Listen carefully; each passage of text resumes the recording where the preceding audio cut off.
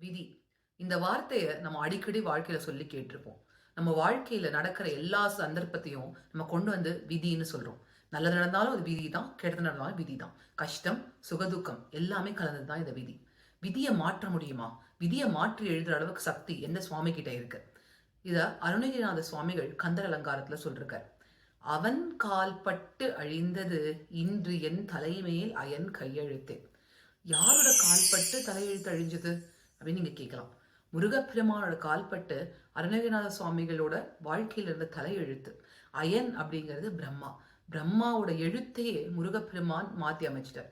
அருணகிரிநாத சுவாமிகள் திருவண்ணாமலையோட கோபுரத்துல ஏறி நின்று என் வாழ்க்கையை நானே முடிச்சுக்க போறேன்னு முடிவு பண்ணிடுதுக்கி சொல்றாரு. முருகா அப்படின்னு அந்த நாமத்தோட குதிக்கிறார் பயத்துல.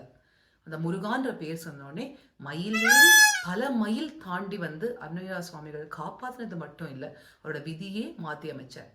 நம்ம விதியை மாற்றுறதுக்கு ஒரு வழி இருக்குன்னா அது முருகர் தான். முருகா என்பது நாமமல்ல நாமங்கள். முருகா அப்படிங்கிற சொல்லு தான் நம்ம விதியே மாற்ற முடியும்.